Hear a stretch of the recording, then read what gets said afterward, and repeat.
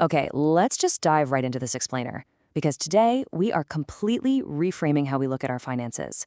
We're exploring 4 highly effective budgeting methods that basically throw the whole traditional one-size-fits-all approach right out the window. Look, if you've ever tried to get your money in order and it just fell apart, it's honestly highly likely you were just using the wrong framework for your specific personality. So, let's see if we can change that, shall we? We've got a fantastic menu of options to get through today. First up, rethinking the B word. Then we'll dive into the 50-30-20 rule, explore zero-based budgeting, the envelope system, and paying yourself first, before finally wrapping up with how to find your perfect fit. All right, part 1, rethinking the B word. So we have to start by acknowledging the absolute universal dread most of us feel when we hear the word budget. I want you to honestly ask yourself, does it conjure up feelings of punishment and restriction? For a lot of us, it immediately brings to mind images of spreadsheets that are so incredibly complex, they feel like they require a literal finance degree just to read, let alone manage on a random Tuesday night after work. But here's the thing, the problem isn't actually budgeting itself. The crucial point here is that we need to completely flip the script. Most people view a budget as a restrictive cage, right? Something meant to stop you from living your life. But the truth that changes everything is that a budget is actually your personalized financial GPS. It is simply a plan to get you exactly where you want to go. Moving on to part 2, the 50-30-20 rule.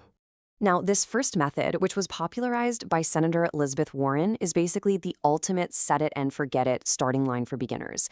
If you want something super simple to keep you on track without making you pull your hair out, this is absolutely it. It simply divides your after-tax income into 3 macro buckets. You've got 50% for your needs, so your absolute essentials like rent, utilities, groceries, and minimum debt payments. Then 30% goes to your wants. This is your lifestyle spending, dining out, subscriptions, and the final 20% is for savings and debt, which acts as your bucket for things like your emergency fund and retirement. Let's actually look at how this builds in the real world. Take Sarah, a marketing coordinator who brings home about $4,000 a month. Under this framework, her 50% needs bucket is $2,000. Her 30% wants bucket gives her a solid $1,200 for things like dinners out and yoga classes. And that leaves $800 automatically going into her savings. Notice how she isn't forcing herself to track every single penny she spends on a coffee. She's just staying within these 3 broad lanes. As finance expert Vivian Tu puts it, this is essentially a finger-to-the-wind budgeting strategy. And it works beautifully because it provides this macro-level guidance that's totally focused on progress, not perfection. It ensures you never feel deprived, plus it's super flexible. Like if you live in a really pricey city, maybe your needs are closer to 60%, so you just adjust your wants down to 20%. The whole framework adapts to you. All right, part 3, zero-based budgeting. Now, if you are a detail-oriented micromanager, and I mean that as a compliment, who constantly feels like your money just mysteriously disappears at the end of the month, this one is going to be for you. The core principle is simple but intense. Income minus all expenses and savings goals equals exactly 0. You are assigning a specific purpose, a specific job to every single dollar you earn. So if you have $100 left over, you don't just let it sit there. You give it a job. Maybe it's $100 for the emergency fund or $50 for car insurance and $50 for fun money. You leave absolutely no unaccounted cash. You are actively dictating where your money goes rather than just letting spending happen to you. And this next story brilliantly illustrates its power. General Manager John Schulner implemented zero-based budgeting for the maintenance department at the Estero Country Club. Instead of doing the normal thing and just adding a standard 5% to the previous year's budget, they forced everyone to start from 0.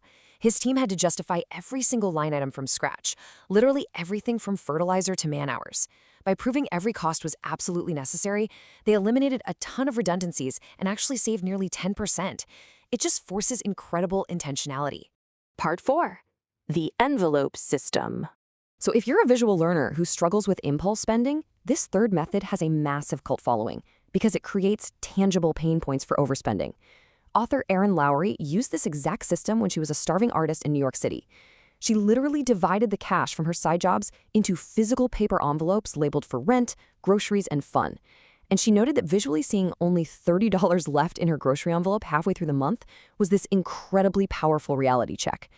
It visually forced her to control her spending, because when the envelope is empty, well, you are simply done. But don't worry, you don't have to carry wads of physical cash around today like it's 1995. You can modernize this whole thing by establishing those exact same finite boundaries using multiple digital checking accounts or budgeting apps that basically act as virtual envelopes. The discipline remains exactly the same. Just keep in mind, if you use a credit card to get reward points, you've got to immediately deduct that spending from your virtual envelope to keep those boundaries intact. Part 5. Pay yourself first. Our fourth strategy completely flips the traditional budget right on its head, and honestly, it is highly effective for people with fluctuating incomes. Instead of looking at what you spent all month and then trying to just save whatever crumbs are left over, you prioritize your future immediately. Step 1. The absolute instant you get paid, you set up an automatic transfer, say 15% straight to savings and $200 directly to a student loan. Then, step 2, you budget for your bills, like your rent and groceries. And step 3, whatever is left over is for your wants. You secure your goals before you ever even think about eating out. The secret sauce here is really out of sight, out of mind. This method directly leverages human psychology. I mean, we all know that if we try to save what's left at the end of the month, there is usually nothing left, right? But it is infinitely easier to be disciplined when the money isn't sitting visibly in your checking account, just begging to be spent. You're basically automating your success. Part 6. Finding your perfect fit. So, we've covered 4 vastly different strategies today.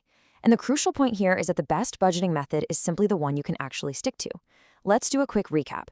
Are you a beginner needing a simple framework? Start with the 50-30-20 rule. Micromanager wanting total control? Zero-based budgeting. Visual learner battling impulse buys? Grab some envelopes. And if you're an automator looking to guarantee your future without daily tracking, pay yourself first. And remember, you can absolutely mix and match. You could easily use virtual envelopes for your discretionary weekend spending while automating your retirement savings with the pay yourself first method. I want to leave you with this provocative challenge. Take a good look at the methods we've explored today. Which one truly resonates with your specific personality? Pick that method, commit to giving it a solid 30-day trial, and hey, if it doesn't fit after a month, just adjust it. Are you ready to finally stop letting your money dictate your stress and instead make your budget actually work for you?